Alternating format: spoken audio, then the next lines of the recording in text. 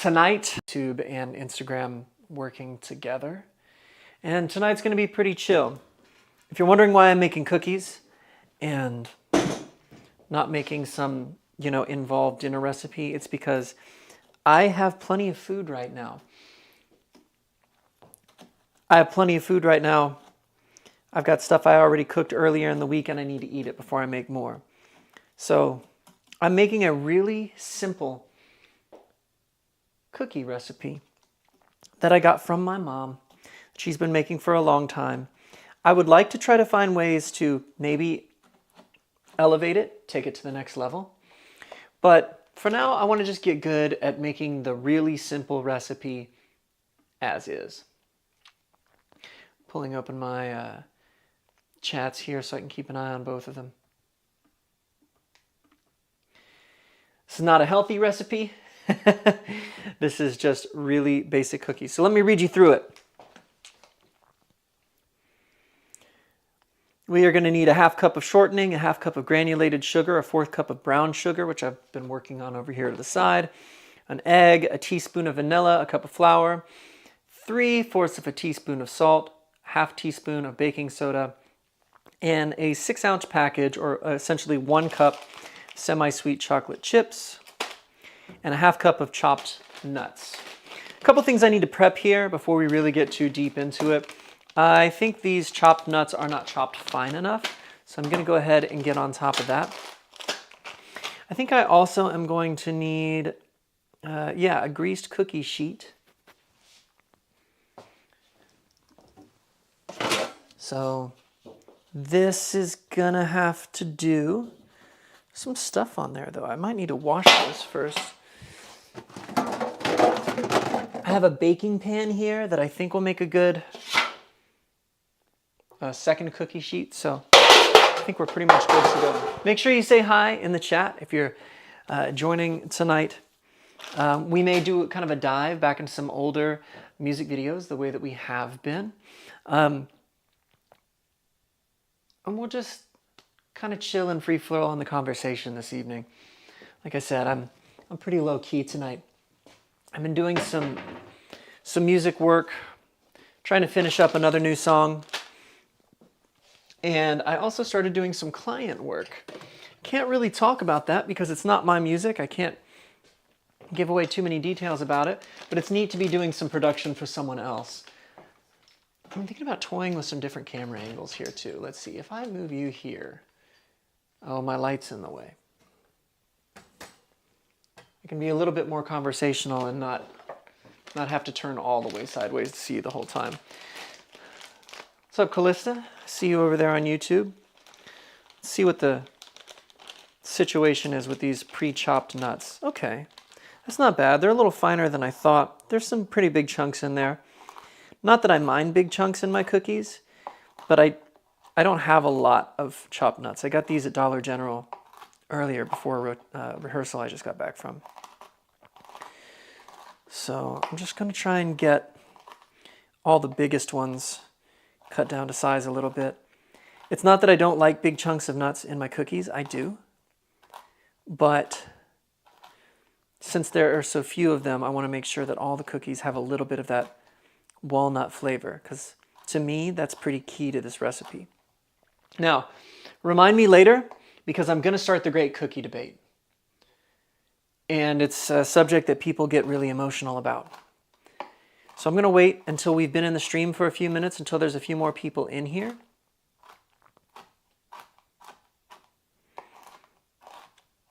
Before I really give my hot take on cookies.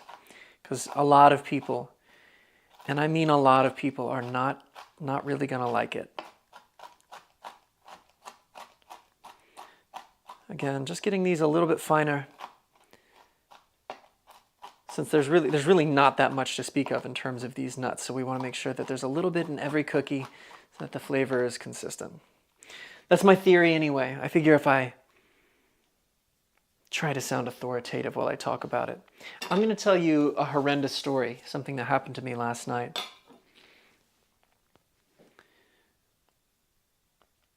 While I prep these ingredients. And the shortening that I'm using, which I know is not a healthy thing, Look, I eat pretty healthy sometimes. And I'm in the gym. I've been in the gym a lot recently, so I have zero guilt. One of the other, it would probably be better if these cookies were straight up made with butter. I'm not even gonna lie to you. But again, this is the recipe my mom has used for years, and I really like her cookies. So she uses this all vegetable Crisco shortening, but it's the butter flavor. That's what's key. The last time I made this recipe, I just used regular vegetable oil based shortening. It wasn't the butter flavor, and I couldn't, my cookies were okay, but I couldn't put my finger on why they weren't quite there. This was why. So how's everyone doing now that the big freeze is over? I know that for many people it's still cold. My mom texted me earlier today and said they were getting a light dusting of snow today. They'd gotten about another inch of snow so far. It sounds like it's just honestly been a pretty beautiful winter in Ohio, but today in Texas, it was kind of warm outside. Oh, Abby says you can use butter flavored shortening for tortillas. I didn't know that. I've never made tortillas, so send me a recipe. Maybe we'll do it. I'm telling you guys, if you guys send me recipes, I might make them on stream. Okay, this is the hardest part. Producing a half cup of shortening without making a total mess. And I only have so many measuring cups. Because this stuff, I mean, it's not liquid, it's, okay. So let me tell you something horrendous that happened to me last night. I was sitting at my computer and I was working on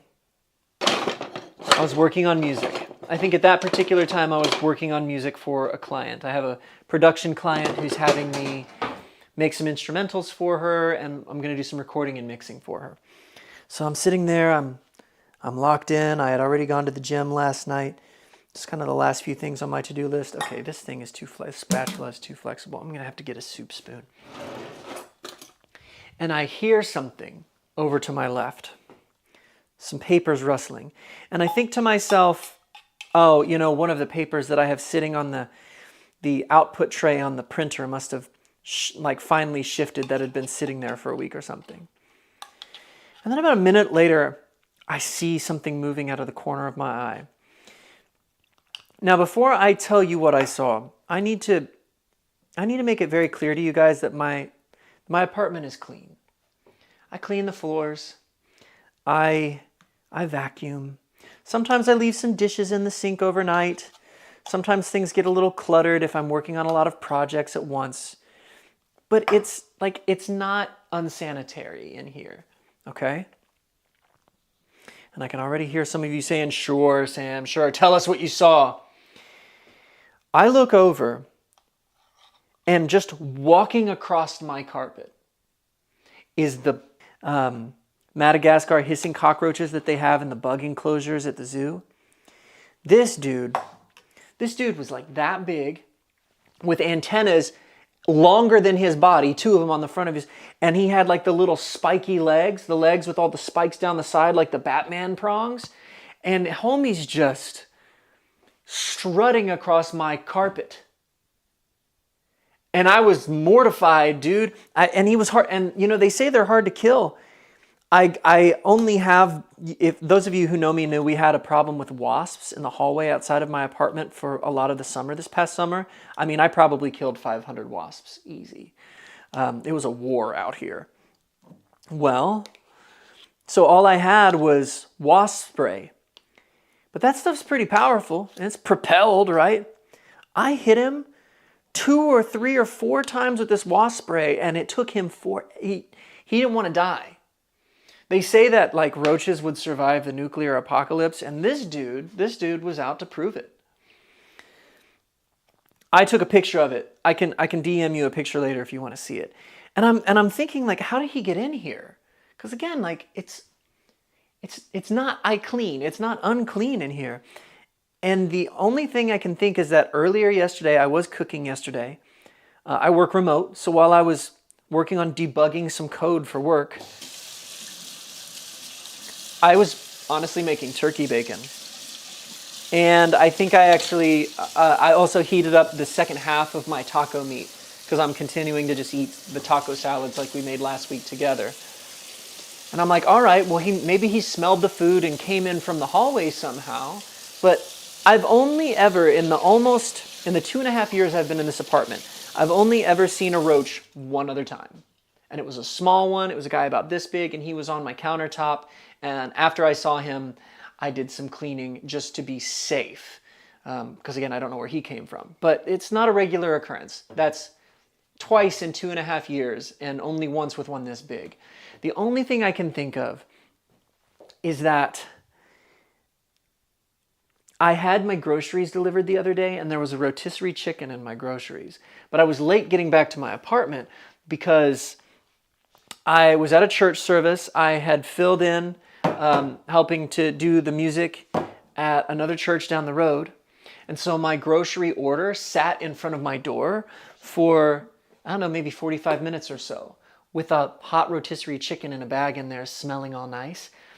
And so all I can think of is, was the roach did he come in my grocery order either because he smelled it and it sat on the ground too long and I brought him in and didn't know it and he just jumped off and hid in the corner overnight? Or was he already in the grocery order, like was he in the delivery guy's car or something? I don't know, man. I flipped, dude. I've never seen one of those in person that wasn't in a cage, so this is a weird moment. Do any of you have weird bug stories? I would love to hear them. Put them in the comments. That's what you're supposed to do on social media, right? Call to action. Okay, got our shortening measured out. We've got our chopped nuts. We're gonna need a half cup of, we need half cups of other things, which is a little problematic because I only have 1/2 cup, but I have some smaller ones, so we can just do some math together. Let me get a mixing bowl. Okay, so I need to cream together my shortening, sugars, egg, and vanilla until light and fluffy. Okay, so this is actually where this dude is going to come in.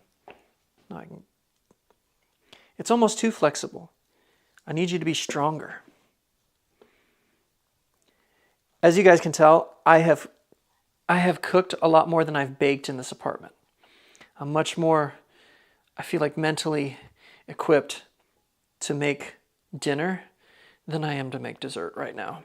So if I struggle a little tonight, it's for the plot, it's content. Anyway, how's everybody doing after the big freeze? So what kind of recipe are you using and what kind of cookies are you making tonight? Sunny Shine asks. So I'm just making my mom's basic recipe for chocolate chip cookies. I read off the recipe at the top of the episode.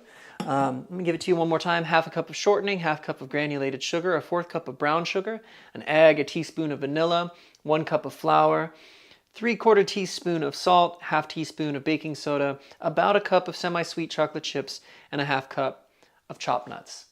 That's it. Super simple. Okay, I think now's the time. I am going to start the great cookie debate.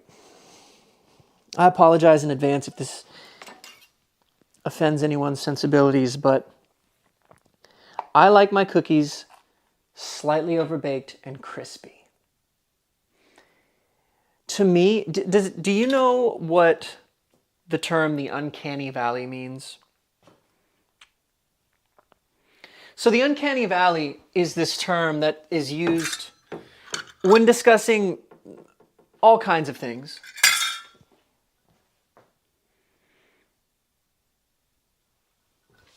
So I just put a full cup of shortening in there and not a 1/2 cup.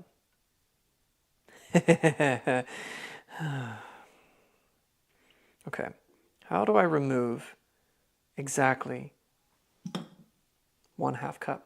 Where did my giant spoon go? See, I'm talking to you guys and I'm distracted. You're distracting me. I appreciate your friendship, but I don't appreciate the distraction. I'm playing. Okay, I guess I'll just use my 1/2 cup here, fill it up, and I know that that's the amount that I need to put back in the jar. Yeah, this seems scientific and right. It's like, man, that really is a lot of shortening. Yeah, dude. Okay, so the uncanny valley is this idea that there are some concepts that only work at their extremes, and it's the case really in a lot of things. One of the best examples that people give is like the CGI humans in the Polar Express fall into what some people call the uncanny valley. The idea is if you see like a CGI Pixar character that really looks cartoonish, like the proportions are all weird, their eyes are giant, their heads are too big, we're okay with that. That doesn't bother like our human instincts because we recognize it as a cartoon. We recognize it as something that is not real and that is just meant to be fun and wacky. On the other end of that spectrum is a CGI human being in a movie that is so good and so well done that it really looks photorealistic. It looks real. It looks like a real person. So those are the high points on either side of the valley that work for us in our brain, either really cartoony or hyper-realistic. The uncanny valley is this idea that anything that falls too far between those two, we find a little off-putting. So let's say you have people use the Polar Express as an example all the time, that the human beings in the movie The Polar Express, even if you find that movie charming, are a little off-putting. Because they're not photorealistic. The technology wasn't good enough at the time that movie was made to make them look actually real. But they're not meant to look like cartoon characters or really zany either. And so there's something, it's like looking at a mannequin or looking at a mask that doesn't quite fit someone's face. There's something on the inside of us that goes, now wait a second. So for me, like a gooey, only just kind of baked cookie falls into the uncanny valley for me. I'm like, give me straight up cookie dough, put cookie dough in my ice cream, I will eat that. Maybe you shouldn't, I'm not recommending it, but that's fine. Or give me a crispy cookie with some texture that bites back a little bit. And I like crunchy food in general anyway. I like my pizza a little overbaked. So I'm telling you something about my personality. But like a cookie that isn't quite baked and it's not quite dough, but it's not quite a cookie. It's just hot and melty and is mush. I know that a lot of people find that to be comfort food and warm and inviting and like a nice hug. And for me, I'm like, make up your mind. What is this? So I'm going to slightly overbake my cookies today to give them that kind of crispiness that I enjoy. Give me your hot take about the cookie. Where do you stand? Are you a gooey cookie person? Are you a crispy cookie person? I won't fight you, but this is where I stand on the matter. Homemade cookies are awesome, Alice says. Thank you. Well, it's also a way for me to save money and not buy any cookies. Callista has a bug story. This was back in July. I was with a friend the night before July 4th. My bathroom door was open, and I just see a black little thing zoom across my bathroom floor. Immediately knew what it was. All right. Well, dude, especially in the bathroom, too, because, like, in the look, you're almost always in a compromised position in the bathroom for bathroom reasons, right? Nobody, like if you see a bug, at least when you're fully clothed, you can do something about it.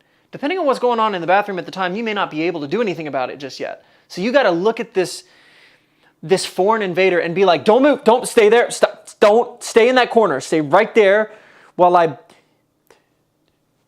get clothed or whatever. Like, not the place you want to see that. I understand. I hear that. Mallow Cup says, crispy cookie. Team crispy cookie. Me too. I appreciate that. Oh, FaceTiming, FT. I thought that was a typo. All right, I got to start making this.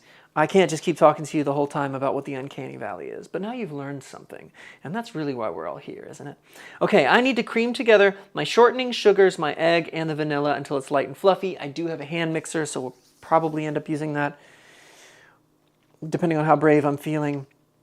So let's get the sugar in here. 1/2 cup of sugar. Our half cup is very sticky on the edges, but I don't think that should hurt anything, as long as I pour my ingredients into it. To me, I really feel like even though this uses more regular granulated sugar than brown sugar, I feel like brown sugar is the star of the show here. I'm a fan of brown sugar and cinnamon. Oh my gosh. Do I have cinnamon? Can I straight up just add cinnamon to this recipe right now? I'm gonna check. Because I cannot see a universe in which cinnamon messes up these cookies.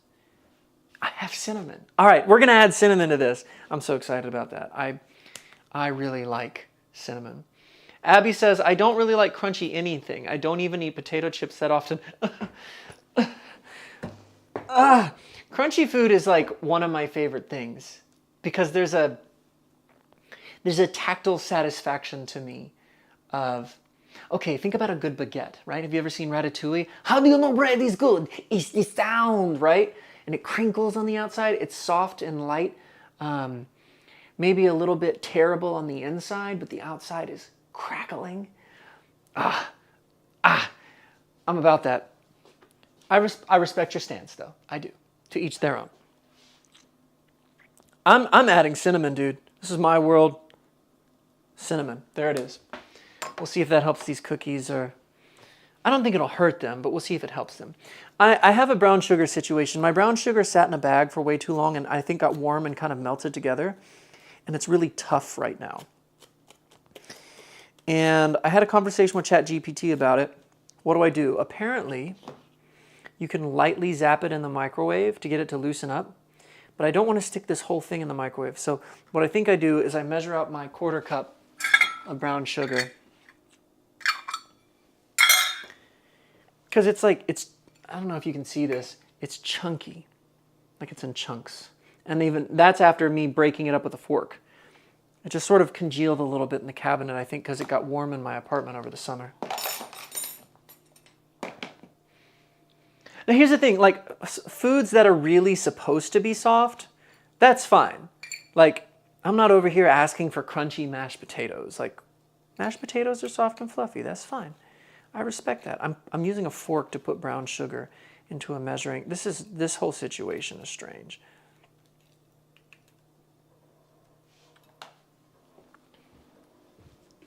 I'll get a spoon. I'll be a responsible adult and use a spoon. But I feel like I do need to break this up first before I add it, or else it's going to be really hard to mix in because it's pretty solid. I got some more brown sugar at the store a bit ago, but it's light brown sugar, and I prefer dark brown sugar, so I'm going to try to use this one if I can, if at all possible, if I can salvage it. Mallow Cup says, I missed your beginning. What type of cookie are you making? I'm just making some basic chocolate chip cookies that have a bit of chopped walnuts in them. Really simple. Okay. It's chunky. You see how chunky this is? Look how chunky that is. It kind of looks like dog food right now. So, but there's so little of it, I don't want to lose it. I guess I'll just put this in a fresh bowl. Try to pulverize it a little bit in here to break it up. And let's, I'm going to add a little extra because like I said, I think brown sugar is more the star of the show of this recipe and not just regular old boring white sugar. Okay, let's zap this in the microwave a little bit, maybe for like 5 seconds, and just see if that allows me to break it up with a fork a little bit more. I don't want it to melt together from heat. I'm just trying to loosen it up a touch. Can I just, okay, that did basically nothing. Let's give it 10. I feel like 5 seconds is barely enough time for the microwave to even spin up and start doing its thing. I do love eating icing though. I'm not anemic. In my opinion, chocolate chip cookies are the best, says Callista. I think I agree. I like a good peanut butter cookie. Oh dude, that totally helped. Yeah, I feel like I might need to put it in just a touch longer, but I feel like I can break this up with my fingers now. Yeah, okay, almost there, almost there. Add a little bit more. Add one more chunk here. Let's do another 10 seconds.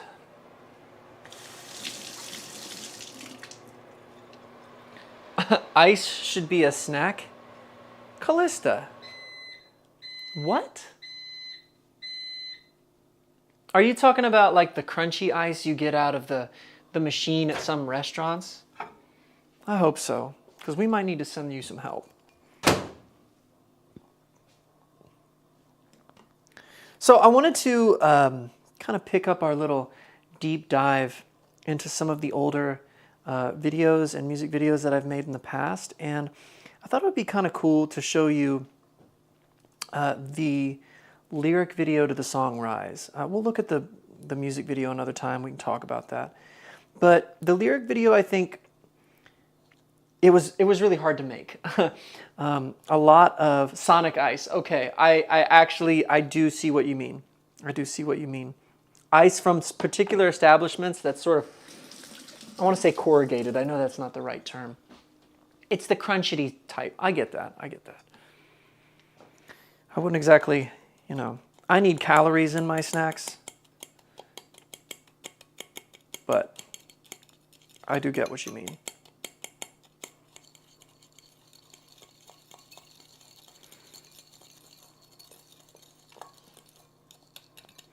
We're almost there, but there's still some chunks that are hard to break up. You did not come to the stream to watch me stabbing brown sugar with a fork for 20 minutes, so let me hit that one more time.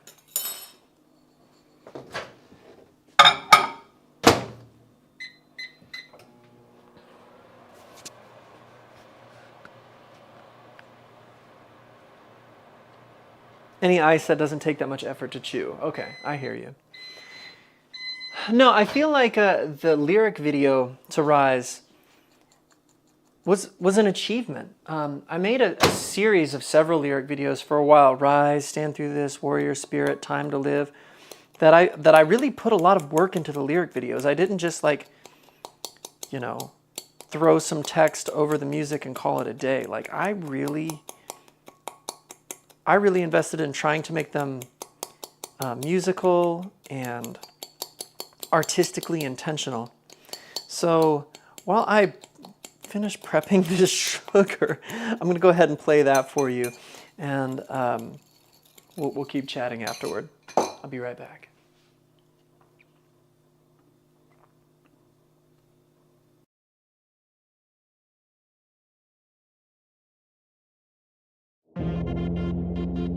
They've been looking at me sideways, gotta be a dream. Like how's he about to rise up out the dust and make a scene? But you and I both know how far I've come.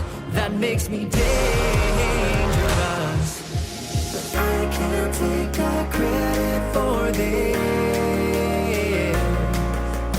I'll still hold the flame in this place. And I'm gonna rise, yeah.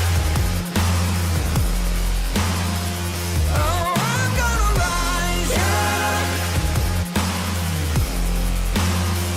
They've been looking at me sideways, gotta be a dream. Like how's he about to rise up the dust and make a scene? But you and I both know how far I've come. I learned that from Jesus, get up and run. And I'm gonna rise, yeah.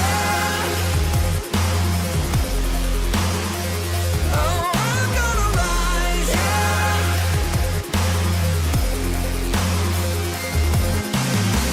Can't take all credit for this. I still hold the flame in this place. And I'm gonna rise, yeah.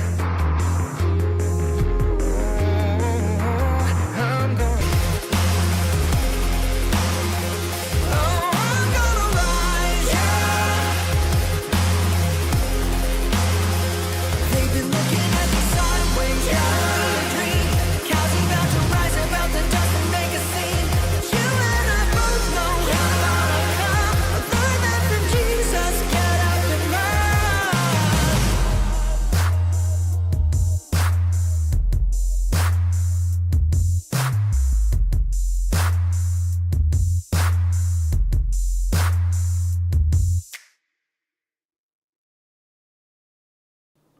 Sometimes I forget how short that song is. Welcome back.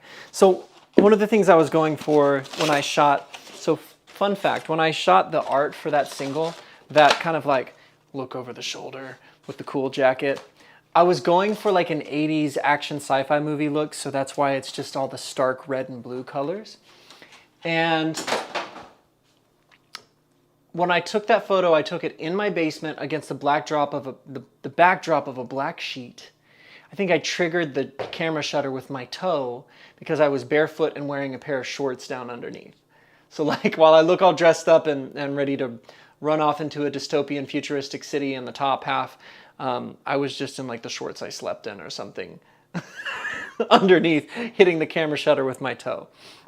Okay, I don't know if anybody has ever told you this, but there's a way to crack an egg that not always, but almost always will get you a solid crack every time, and it's using a flat surface, not using the edge of your bowl, but using a flat surface.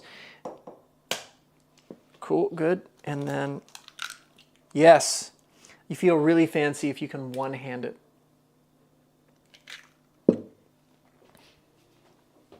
Okay, so we have our egg, we have both of our sugars, we have our shortening. Cream together, shortening, sugars, egg, and vanilla. So that's what I'm missing right now is my pure vanilla extract. And we need how much of this? A teaspoon.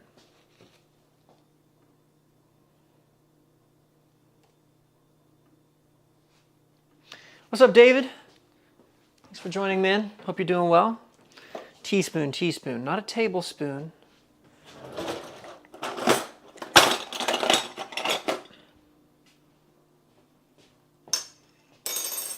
So teaspoons make me think about how I have this real interest in finding out the etymology of words and gestures and phrases, like the origins of them. I wonder, is a teaspoon called a teaspoon because people literally used to use it with tea? Like British tea time?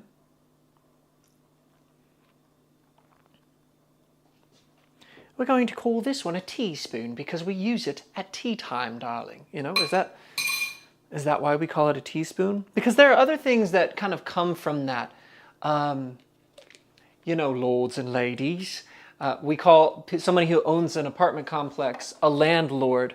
Well, where did that come from? And because in like British society, the people who were of a higher class were the ones who owned land, and everyone else was their tenants who worked the land.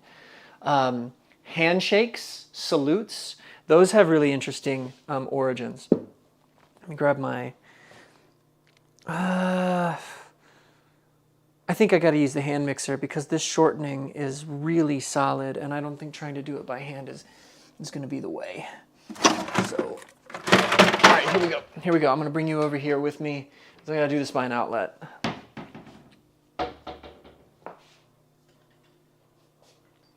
Google AI says it was specifically designed in the 17th century as a small spoon for stirring sugar into tea. I felt like that was the reason. I felt like it had something to do with that. Okay, so salutes, this gesture, right? That comes from knights.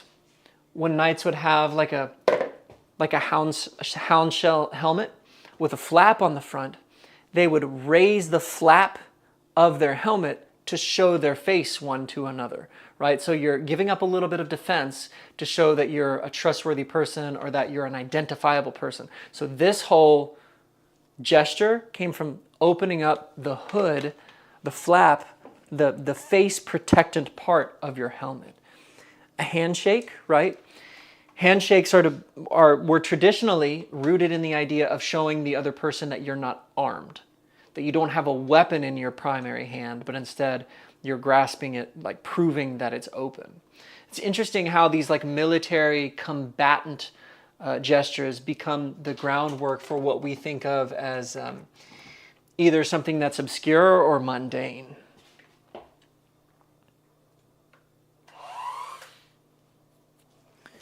All right, we're gonna mix this. This is what it looks like so far, okay? Doesn't look like cookies. You've probably made cookies way more than I have. It's like my second time, maybe third ever. This mixer, I'm telling you, dude, this is the lowest setting and it's too fast. And yet, if I try to back it off, it just turns off. Dog, don't you throw shortening everywhere. I should have made a double recipe.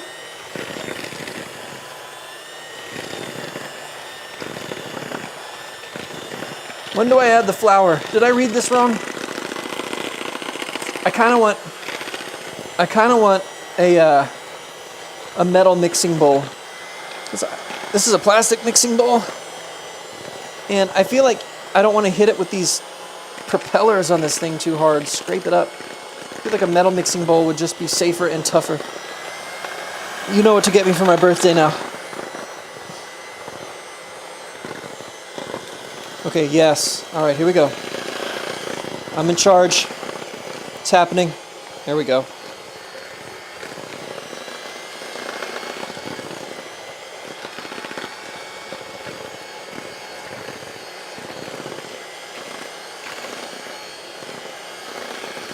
So here's an interesting question. If I could get some background music going on the live stream at all times, would we like that? Would that make this more engaging? Or would it be annoying and distracting? I guess I should probably leave it off now, because if I'm going to be showing music videos and stuff, then I would have to turn it off. It'd be one extra step. And I'm already juggling too much as it is. Here we go. We got to get that stuff to come off of those rotors, whatever they're called. I don't know what they're called. We're just going to prop that up next to the rice maker. Okay. Let me read that recipe. Cream together shortening, sugars, egg, and vanilla until light and fluffy. Does this qualify as light and fluffy to you? Kind of looks like something I'm going to make an adobe hut out of.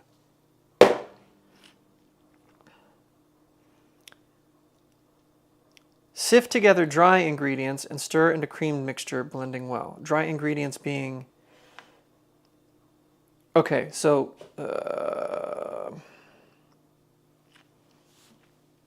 our nuts... I'm not going to sift this stuff together, dude. I'm just going to add it and continue mixing. That's why I have the electric mixer. We'll get the nuts in here.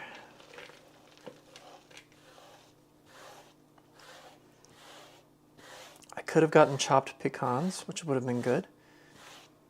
But I spent the extra 25 cents at Dollar General and got the walnuts.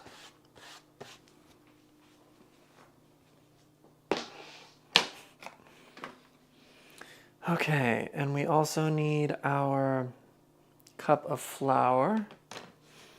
And my single measuring cup is...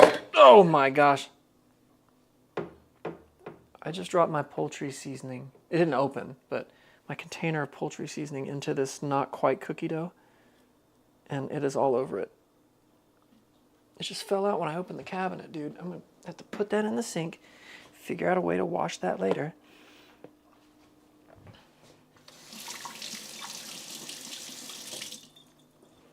All right.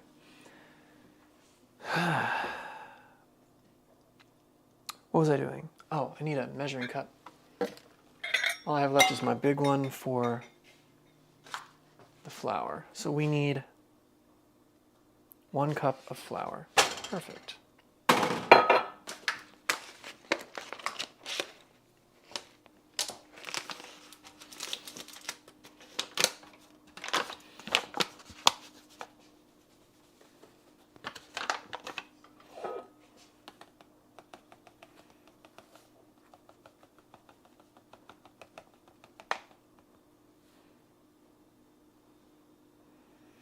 Anytime I hold up a vessel like this and gaze at it thoughtfully, I feel like a scientist. I feel like I need a lab coat and some goggles. Some really cartoonishly large goggles. All right, there we go. There's a cup.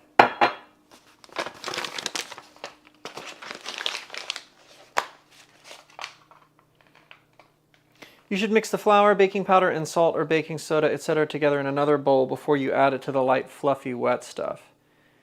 Well, you've probably done this more than I have, so I'm going to take your advice on that. I do have one small. You know what? There's so little of it though. Do I even need an actual mixing bowl? I don't like to put plastic stuff in my dishwasher, so I'm gonna actually just use this small porcelain bowl. I'm gonna listen to you. Like I said, you've probably made cookies more times than I have. This might be my third time on my own. I mean, like I've helped. I remember like helping my mom and helping my grandmother make cookies in the past, but only made them on my own a few times. Okay, so that's our cup of flour. I'm gonna do this over the sink.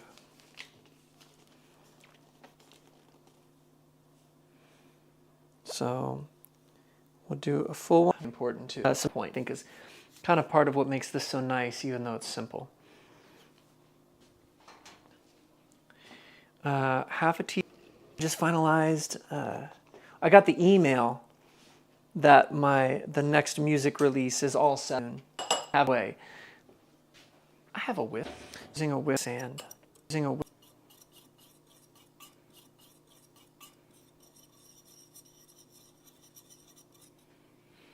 And guys, do let me know internet connection. I think it could have to do with like a RAM storage space type of thing.